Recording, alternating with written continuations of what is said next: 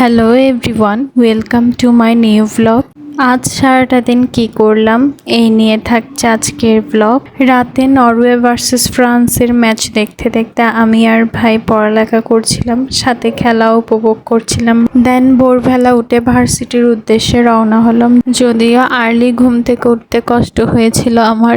দুইটা ক্লাস শেষ করার পর আমি এবং আমার ফ্রেন্ডরা মিলে একটু লাইব্রেরিতে গিয়েছিলাম। পরের ক্লাসের অনেক এসডাব্লিউ ছিল, কিছু কিছু এসডাব্লিউ বাকি ছিল সবারই, তাই সবাই মিলে একসাথে লাইব্রেরিতে বসে নিজেদের এসডাব্লিউ কমপ্লিট করছিলাম।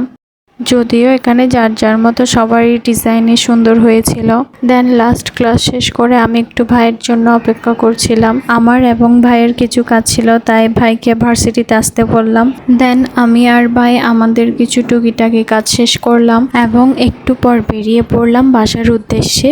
বাসায় আসার সময় একটা পার্সেল রিসিভ করেছিলাম, যদিও পার্সেলটা মূলত ছিল আমাদের বাসার একটা ছোট সদস্যের জন্য। এখানে প্রতিটা ড্রেসই সুন্দর ছিল সুতির উপর, কিন্তু আমাদের ছোট পাখির প্রতিটা ড্রেসই অনেক বড় হয়েছে তার। এখানে প্রায় 15টির মতো ড্রেস অর্ডার দিয়েছিলাম, প্রতিটা ড্রেসই মোটামুটি ভালো ছিল অনেক। আজকের ব্লগ এখানেই শেষ করলাম। সবাই ভালো থাকবেন, টাটা।